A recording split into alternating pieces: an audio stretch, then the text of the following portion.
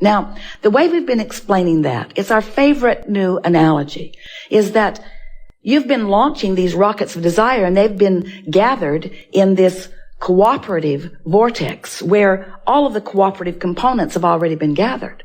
You are usually the only uncooperative component to your own desire because you're looking for the facts of it. You're looking for the actuality of it. So you're not often a vibrational match to it. But nevertheless, it is yours. It's gathering on your behalf and it's ready for you when you're ready.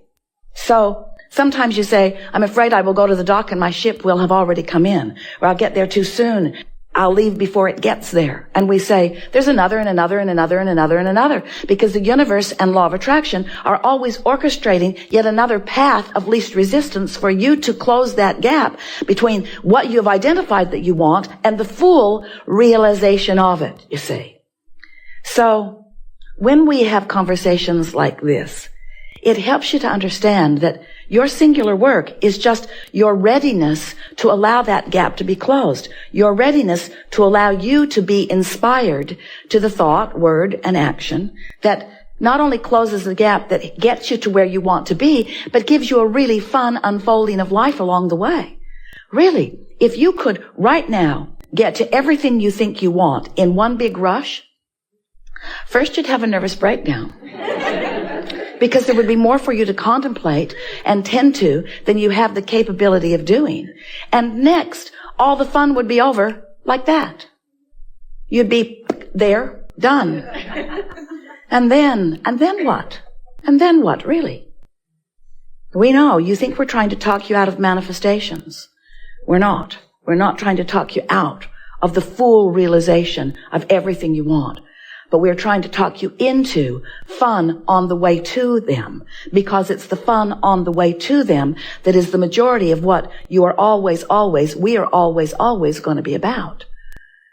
You came into this life to be inspired to something that you have not yet realized, so that you could have the fun of following your guidance into the realization of it. And all of that is fun. Every bit of that is fun if you're not beating the drum of doubt and the drum of lack.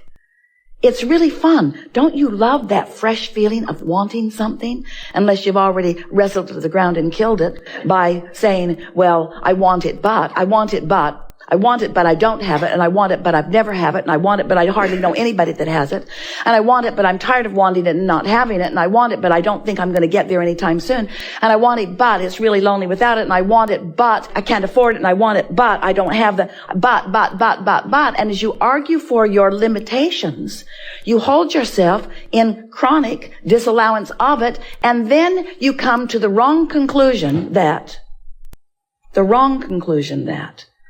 this feeling that you have that feels uncomfortable is because you don't yet have the manifestation of it. And that's not why you feel disappointed. You feel disappointed. You feel the negative emotion because you are vibrationally out of resonance with it, you see. So what we are saying to you is, if you can find a way to be in more vibrational resonance with what you want, you won't feel bad in the not having of it. And that scares you because you think, that's the trick you're playing on us, Abraham.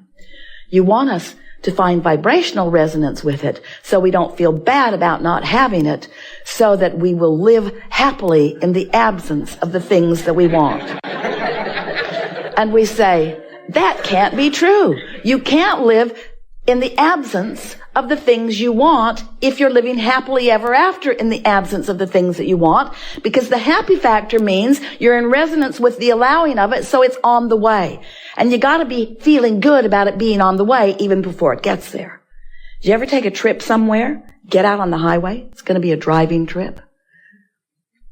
There you are, 1,000 miles from where you intend to be. This is awful. This is just awful being way over here, away from where I want to be. You say to the airline flight attendant, this sucks. I'm still in the airspace over my city.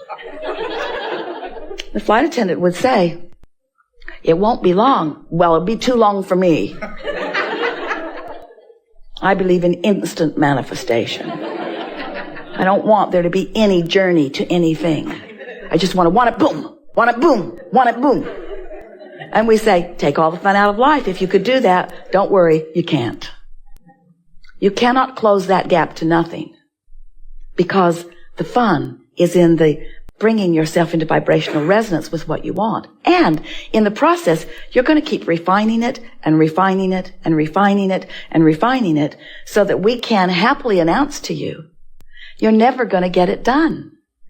And we want that to be a good thing to you, not a bad thing. I'm never going to get it done. Kill me now. I'm tired. And we say, you're only tired because you're in resistance. If you weren't in resistance, you wouldn't be tired. Well, now we've told you everything we know. And we think that you have been listening to us long enough that you're up to speed with what we just said, yes? You create your own reality. You're a vibrational being. You're emitting a signal all the time. Your signal equals your point of attraction. So we tell you about this vortex where the vibrational version of what you want and who you really are resides. But there's not just this vibrational version. There's this me standing in my physical body, real time, real space, reality version of me, right here, right now. See it, hear it, smell it, taste it, touch it version of me. And I'm standing here, and you can tell me all you want, Abraham, that what I really want and who I really am is over there in some nebulous mist. But I want that to come over here where I am. I don't want it to just be an idea. I want it to be something that I can experience with all that I am physically, and that others could even witness if they were looking in my direction. And we say, so now we're talking about you in your body, your right here, right now, point of attraction. And you want what's in your vortex to come to where you are, and we do too. So we've been calling where you are your grid. It's the unfulfilled, not yet filled in with all of the details version of you, sort of like the framework of a house. It's this grid version of you that will flesh in, that will fill in with all of the details. So here you stand in this point of attraction because you're emanated in signal. So the vortex and all that you've asked for, that source energy part of you, it's vibrating up here in this very high frequency, in this non-resisted, pure, positive energy frequency. But if you're in disappointment, your frequencies are very far apart. So what's in your vortex is not going to flow in where you are. So we want you to understand that your grid can be at any place along that emotional scale that you've heard us talking about. You could have a grid that's in depression. You're on this spinning grid, it's your point of attraction, and you so want those lovely things in your vortex to come and play with you. But they can't match up because your frequency is so different. But you're not matchless, are you? You're not matching with what's in your vortex, but all kinds of things that match your depression are jumping on your spinning wheel with you and having a whirl with you. If you're angry, if you're frustrated or overwhelmed, things like that are jumping on with you all the time, aren't they? And you're saying, where's the stuff that's in my vortex? And we say, at a different frequency. Well, it should come over here with me. It should come to where I am. If what I want would come to me, I would increase my vibration right away. If you'll give me what I want, I promise you I'll feel really good. And we say, you got to find a way of feeling really good. Because you got to raise that disc, that vibrational disc, that grid disc, that point of attraction. It's somewhere. And if you want to know where it is, just pay attention to who's jumping on with you. Jerry used to say, Abraham was talking about righting the wrongs of the world. I think that there should be islands of incarceration. So the rapers all go to one island and do it to each other, and the murderers all go to one island to do it to each other, and the thieves go to one island and do it to each other. Seems like perfect justice. And we said, you already have those islands. Very upsetting to the group. How does the murdered get on the same island with the murderer? They've found the same vibrational frequency. Now we know that it feels like the victim and the victimizer are different frequencies.